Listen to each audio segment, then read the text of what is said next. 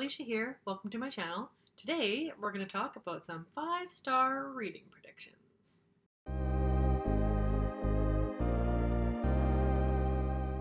Yep. So 5-star prediction videos are a YouTube institution, I believe originating back to Mercedes at Mercy's Bookish Musings. I will link her channel below. These videos allow us to challenge our perceptions of our own reading and allow us to determine whether we know what we like in books. So I'm filming this video for 2 reasons. One, to give me something to react to later. I'll pick 10 books from my shelf that I think I'm going to give 5 stars to, and then once I've read them all, we can come back and figure out if they lived up to my expectations, if I liked the books that I picked. And then also, one of the prompts on my monthly D20 challenge is to read a 5-star prediction. So of all the unread books that I have on my shelf, my hope is that I'll give them all 5 stars. I mean, I don't think I would have bought them if I didn't think I was going to love them. But for when that prompt comes up, this shorter list of 10 5-star predictions will give me more focus in that choice and give me something easy and quick to pull from. So I'm not just like staring vacantly at the shelf for hours. So I've picked 10 books from a range of genres that I'm going to list to you in no particular order, tell you a bit about them, bit about why I think I'm going to love them. So let's get into those books.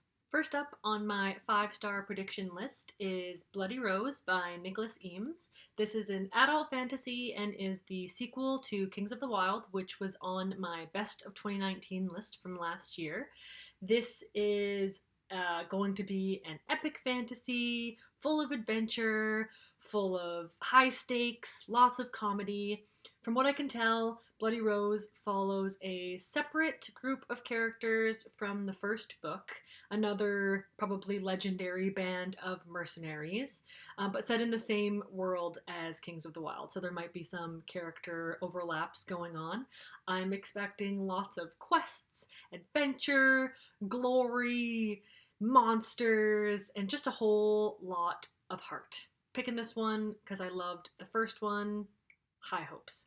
Next up, we have another sequel, which is Iron Counsel by Miéville.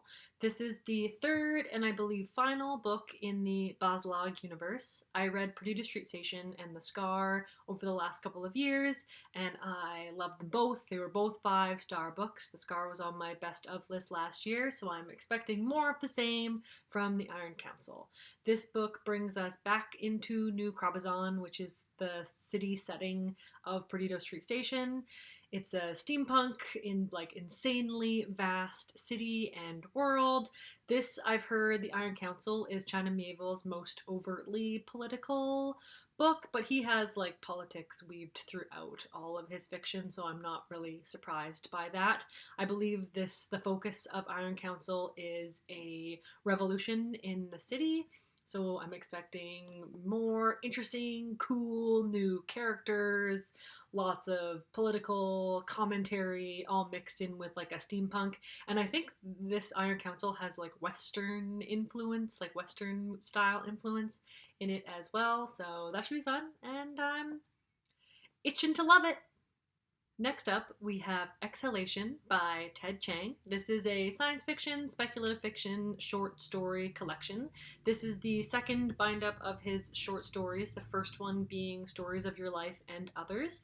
I read that 3 or 4 years ago, and it was unreal. One of the stories in that collection, called Hell is the Absence of God, was just one of the most profound things I'd ever read. When I finished reading it, I like power cried, where I was just so overwhelmed and affected by what I had read that I was just crying uncontrollably. He has an incredible voice and researches his work so well. The movie Arrival that came out a couple years ago was based off of one of his short stories, and before he wrote that, he studied linguistics for 5 years. So he just puts so much into his work. He has an incredibly profound and powerful voice, and I am so excited to get into this second collection. This was published last year, and it has 9 new stories from him.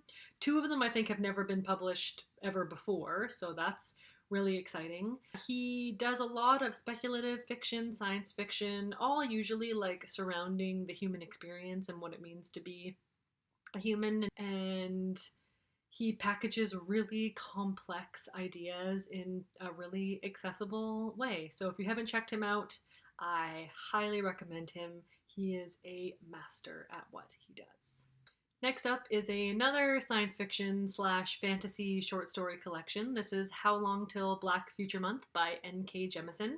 Last year, or a couple of years ago, I read the Broken Earth trilogy by her, and it was a masterpiece. She is incredible at building complex worlds and magic systems. The Broken Earth trilogy was a fantasy dystopian, and her world building was incredible, and it was just a fantastic story, but also was like weaved within really important conversations around like race, gender, power, inequality, all in the fantasy genre. So I'm expecting more of the same in How Long Till Black Future Month. This appears to be science fiction, speculative fiction.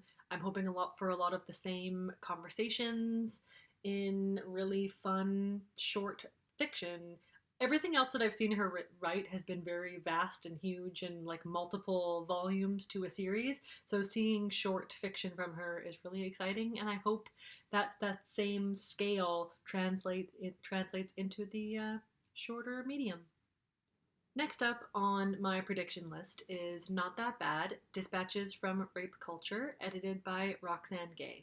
This is an essay bind-up collection from multiple different contributors all around rape culture and the harm caused not only by having experienced physical violence, but also from not being listened to, not being believed, being belittled.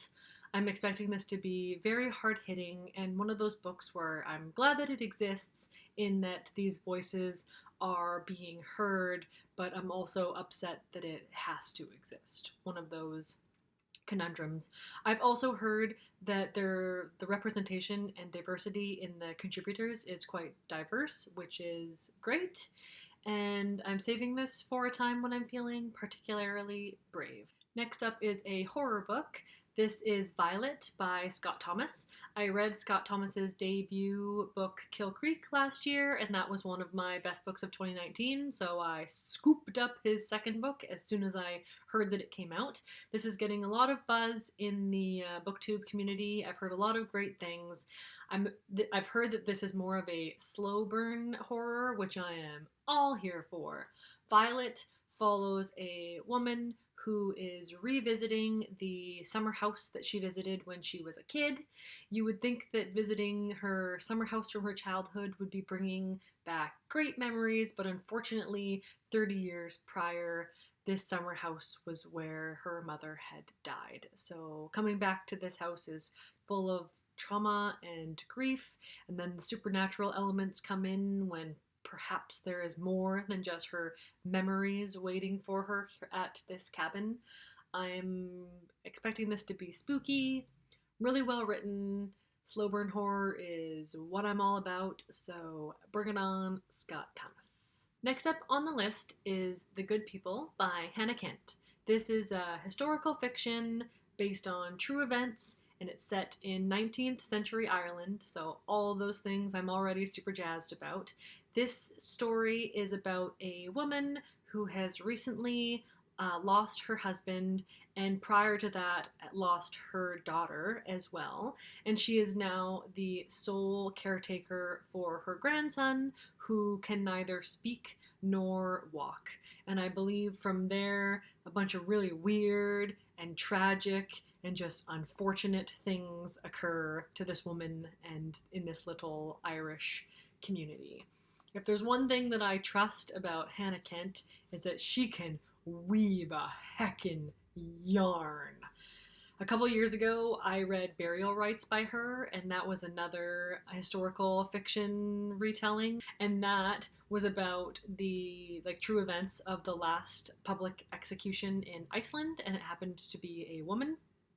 And it was horrible and beautiful and tragic and so atmospheric. Like, you are just so compelled by her storytelling, even though everything that's going on is just so upsetting.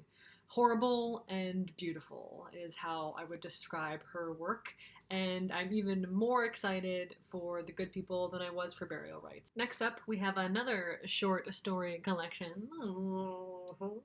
We have Haunted Castles by Ray Russell, The Complete Gothic Stories. This is a modern Gothic short story collection. I believe the bind-up was published in 1985, but the work had been published, individual stories had been published many years before that. Gothic fiction and romanticism is one of my interests. I read it a lot when I was in university and just loved it. Loved the sublime and the uncanny. I read The Monk by Matthew Lewis when I was in university, and I just think about that boner Ambrosio all the time. Gothic fiction is usually Gothic horror is usually very psychological horror, and I'm just itching to read more of it. I heard about Haunted Castle specifically from RG Devilship. I will link her channel below, and she just raved about this collection, so I had to hop on that train. The penultimate book on my 5-star prediction list is The White Road by Sarah Lotz. I have not read anything by this author before, but this book sounded definitely up my alley. This is a thriller, horror, survival horror. This follows a man who decides he is going to climb Mount Everest for internet clicks and views. He has some mild internet fame from a previous excursion, so he is now like, dude, let's go climb Everest, let's film it, let's get those views, clickbait, y'all. And it doesn't really go as planned. I am expecting some hubris, some isolation, some high-stakes survival horror out of this book, and if I get that, I'll probably love it. Finally, the last book of my 5-star predictions is another horror. This is Little Heaven by Nick Cutter. I have read 2 other books by Nick Cutter, The Troop and The Deep. The Troop remains one of my favorite books ever of all time. It is horrifying and does body horror in just one of the most exquisitely awful ways. I loved it. So I jumped at the chance when I heard about Little Heaven. Little Heaven, I kind of want to go into this one without knowing too much about it, so I haven't really researched this one too much, but from what I gather, it follows 3 mercenaries who are hired by a woman to go to a small settlement in New Mexico to check in on her nephew. That settlement is called Little Heaven, and I am imagining that things just go batshit crazy once they get there. I'm kind of getting cult vibes from this, and cults is one of my favorite horror tropes, so if I get that, great. If I don't and it's something completely different, then I'm totally here for that ride too. Nick Cutter's writing is wacky, it's scary, it's visceral, it's gross. I've been wanting to read this for a really long time, but I just keep not reading it because I just think I'm going to love it too hard. So hopefully this will compel me to get over that and just go for Little Heaven.